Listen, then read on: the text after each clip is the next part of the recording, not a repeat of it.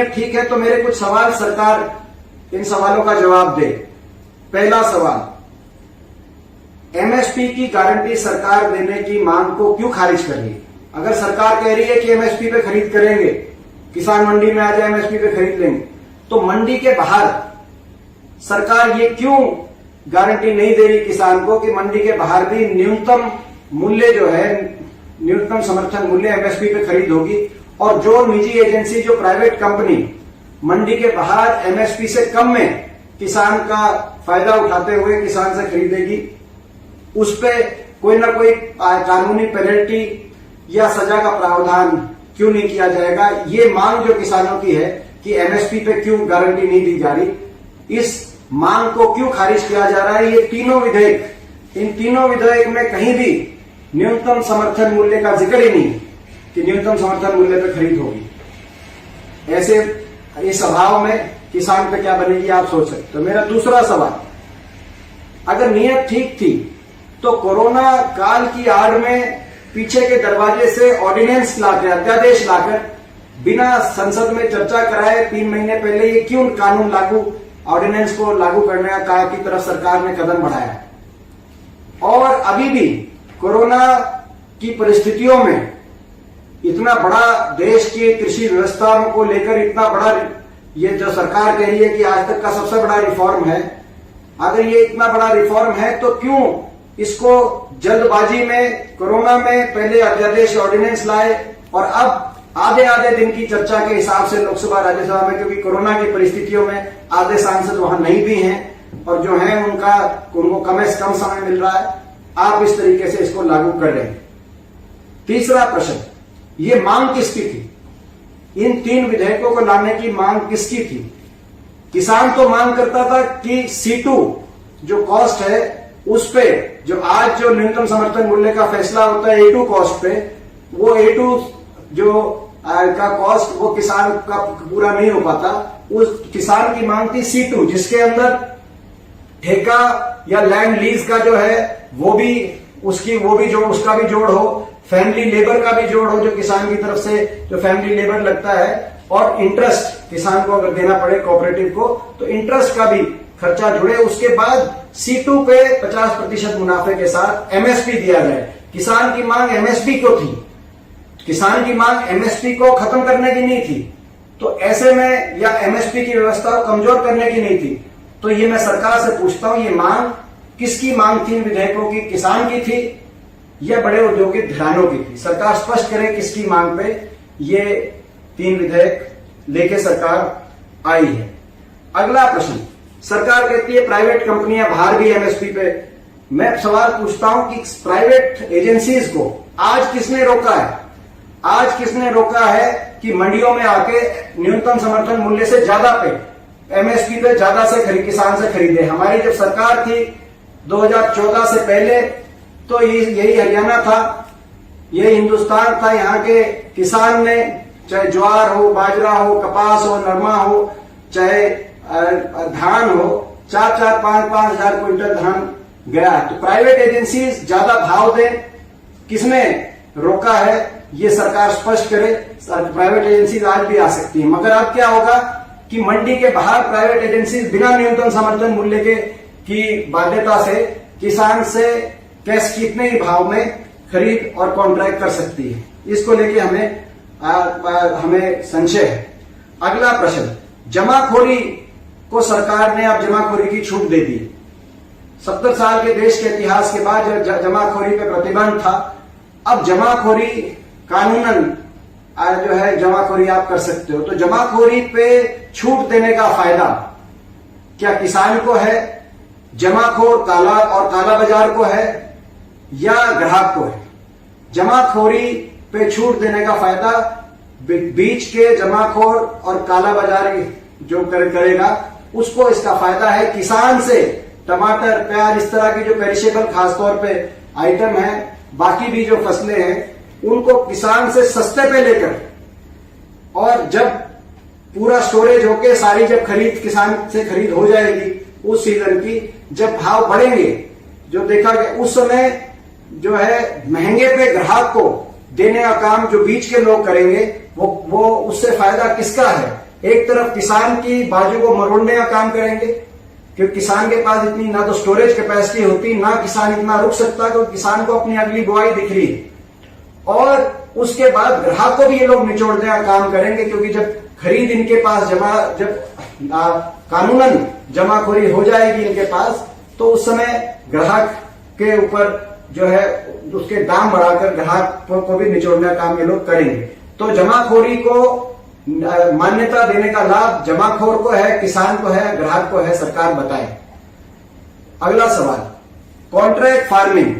जो बड़ी कंपनियां अदानी अंबानी लाखों हजारों एकड़ में जो कॉन्ट्रैक्ट फार्मिंग करेंगी किसान से, उस कॉन्ट्रैक्ट फार्मिंग के बाद जो छोटा किसान होता है, जो गांव स्तर पर ठेका या पट्टे पे लेकर जमीन, लीज पर लेकर जमीन जो है बड़े जमींदार से या दूसरे किसान से जो अपनी खेती करता है, उन लोगों का क्या होगा? हजारों लाखों ऐसे छोटे ठेकेदार पट्टेदार किसान इस देश में हैं। जब लाखों एकड़ जमीन अदानी अंबानी लेंगे कॉन्ट्रैक्ट फार्मिंग के, तो वो तो केवल मजदूर बनके या बेरोजगार बनके रह जाएंगे। इसीलिए मैंने कहा कि हिंदुस्तान की कृषि व्यवस्था बाकी मुल्कों से अलग है। इस बात का ध्यान सरकार ने क्यों नहीं रखा? कॉन्ट्रैक्ट फार्मिंग में बड़ी कंपनियों के लाने से पहले ये क्यों नहीं सोचा? सरकार बताए। अगला सवाल, एफसीआई जो शांता कुमार कमेटी की रिपोर्ट आई है, उस कमेटी की रिपोर्ट में एफसीआई की खरीद को धीरे धीरे कम करने की सिफारिश है।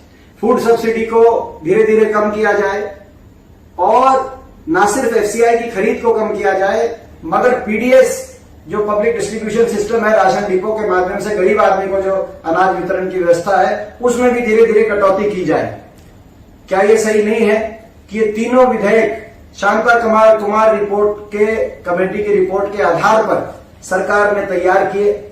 ना सिर्फ ये कि एफसीआई से फूड कॉर्पोरेशन ऑफ इंडिया की खरीद को कम करने की सिफारिश आई शांता कुमार कमेटी की, स्पष्ट शब्दों में लिख दिया गया कि जो सरप्लस स्टेट्स हैं उनसे खास तौर पे भारी कटौती खरीद में की जाए, जिसमें हरियाणा, पंजाब, मध्य प्रदेश, छत्तीसगढ़, आंध्र प्रदेश, पश्चिमी उत्तर प्रदेश और राजस्थान का हिस्सा शामिल है।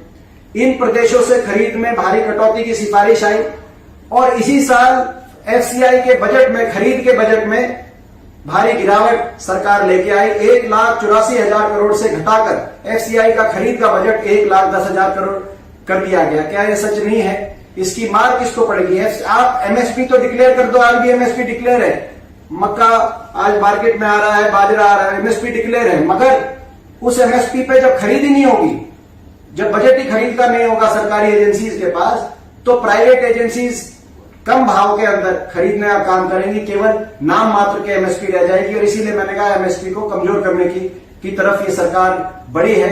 क्या सरकार इस बात पे जवाब दे? शांता कुमार कमेटी को सरकार शांता की सिफारिशों को क्या मानने की तरफ नहीं बढ़ रही? अगला प्रश्न, सरकार कहती है कहीं भी जाके बेच सकते हैं किसान। सरकार बताए कौन सा प्रदेश है? हरियाणा का किसान कौन से प्रदेश में अपना धान, अपना गेहूं, ज्वार, बाजरा, कपास, अपनी कोई भी फसल कौन से प्रदेश में, कौन सी मंडी हरियाणा के किसान के स्वागत में बैठी है, कहां पे जाके अपना बेचने का काम करेगा? आज व्यवस्था ये है, क्योंकि हमारा मंडी प्रक्रिया हमारी मजबूत है, न्यूनतम समर्थन मूल्य पे खरीद होता है, तो बाकी प्रदेशों के किसान हमारे आते हैं। कल को आप हमारे कमजोर करेंगे, हमारा किसान कहां जाएगा? कौन सा प्रदेश है? सरकार बताए। क्या कोई प्रदेश इसमें आगे आ रहा है कि हरियाणा किसान वहां पे अपना प्रोड्यूस लेके जाए? अगला प्रश्न, सरकार कहती है बिचौलियों पे चोट है। मैं प्रश्न पूछता हूं, अगर ये जो प्राइवेट कंपनियां बड़े पैमाने पे खरीद में आ जाएंगी, अदानी और अंबानी, तो ये जो अदानी और अंबानी किसान से खरीदेंगी, जमाखोरी की जाएगी, कानूनन बड़े पैमाने पर स्टोरेज किया जाएगा इन कंपनियों द्वारा और ग्राहक को दिया जाएगा, तो क्या ये कंपनियां किस श्रेणी में आती? क्या ये किसान है? क्या ये कंपनियां ग्राहक हैं या ये कंपनियां बिचौलिए हैं? आज तो आप कमीशन एजेंट, एफसीआई के कार्ड मतलब एफसीआई का कमीशन एजेंट, उन एफसीआई कमीशन एजेंट्स को आप बिचौलिए बता रहे हो कि उन पे हम चोट मार रहे हैं, मगर इतने बड़े बिचौलिए आप जो बीच में लेके आ रहे हो, ये बिचौलिए क्या किसान को प्रॉफिट देंगे या अदानी अंबानी अपने जो है कंपनियों के प्रॉफिट के लिए काम करेंगे, ये भी सरकार बताने का काम करे। एफसीआई पे तो फिर भी सरकार का नियंत्रण है, एफसीआई को तो सरकार जो है इस बाध्य कर सकती है, मगर क्या इन कंपनियों को बाध्य कर पाएगी? सरकार इसका बताए। आखिरी मेरे जो दो प्रश्न हैं, पहला तो प्रश्न ये है कि हरियाणा के प्रतिपक्ष में हरियाणा की सरकार कहती है मेरी फसल मेरा ब्यौरा। एक स्कीम शायद शुरू करी है कि दूसरे प्रदेश का कोई किसान हरियाणा में नहीं आ सकता, और अभी भी मुख्यमंत्री बोल रहे हैं दूसरे प्रदेश का कोई किसान मक्का और बाजरा लेके आज हमारी किसान हरियाणा में आएगा तो उस पर प्रतिबंध लगाएंगे। ये पूरी योजना ही इस बात की है कि दूसरे प्रदेश का किसान हरियाणा में नहीं आए।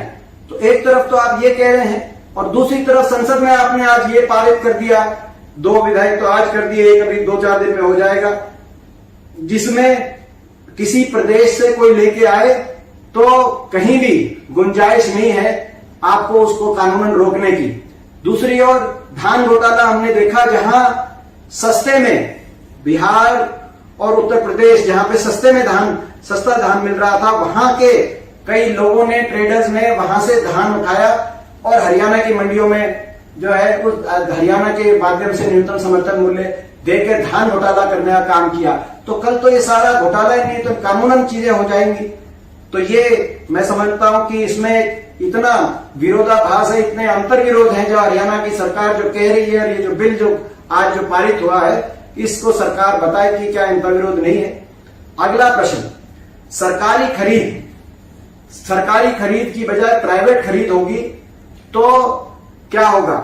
प्राइवेट खरीद के माध्यम से जो सरकारी खरीद यानी कि खरीद करने के बाद एफसीआई के माध्यम से PDS, public distribution system, ration depot से सस्ता अनाज, जो फूड सिक्योरिटी एक्ट लागू हरियाणा में सबसे पहले हुआ था, आपको याद होगा, 2 रुपए किलो गेहूं और 2 रुपए किलो धान और 1 रुपए किलो, 2 रुपए किलो चावल और 1 रुपए किलो गेहूं।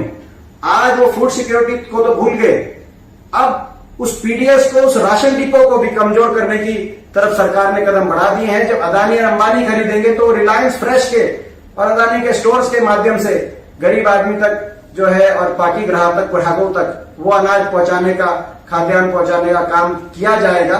ऐसे में गरीब आदमी पे भी बड़ी भारी चोट पहुंचेगी। इसका लेके सरकार सवाल जवाब दे कि क्या ये एमएसपी और प्रोक्योरमेंट के साथ साथ पीडीएस पे भी चोट है कि नहीं। और अंतिम प्रश्न, मंडियों से जो फीस की व्यवस्था आती है, हरियाणा के अंदर, पंजाब के अंदर भारी बजट हमारा मंडियों के माध्यम से कलेक्ट होता है, तो उससे न सिर्फ कृषि का इंफ्रास्ट्रक्चर डेवलप किया जाता है, मगर मंडियों की भी व्यवस्था की जाती है। तो जब ये फीस आनी कम हो जाएगी या बंद हो जाएगी तो क्या ये धीरे धीरे मंडियां, जैसे बाकी सब चीज आपने निजी हाथों में देने का काम आप कर रहे हैं, सौंपने का काम कर रहे हैं, तो मंडियों को भी एक तरीके से आप मंडियों में जो सारे एम्प्लॉइज हैं, जो मंडियों पे देखरेख की में जो खर्चा आता है, वो सारे उनके अभाव में क्या मंडियों की व्यवस्था धीरे धीरे लुप्त हो जाएगी? ये भी एक हमारा प्रश्न है। तो ये सारे प्रश्न हैं, और भी बहुत से प्रश्न हैं, मगर टीस है इस बात की कि सरकार ने अनसुनी करी, देश के किसान की अनसुनी करी और इसको पारित करने का काम किया। आज 3 में से 2 आज पारित किए गए। मैं अंत में यही कहना चाहता हूं, इन प्रश्नों के उत्तर सरकार को देने चाहिए। ये सारी कंसर्न सरकार के कान तक मैं पहुंचाना चाहता था। मुझे पता है कि आप सब साथियों को मेरी चिंता है। पिछले 12 दिन से, जब से मैं कोरोना में जो है यहाँ अस्पताल में एडमिट हूं, मैं आप लोगों को बताना चाहता हूं दिन प्रतिदिन स्वास्थ्य में सुधार हो रहा है, और इसीलिए मैंने टेस्ट कराया था। मैं चाहता था कि अगर नेगेटिव आ जाए तो मैं राजस्व में पहुंचूं यहाँ से सीधा और कुछ अपनी बातें वहां पे रख पाऊं।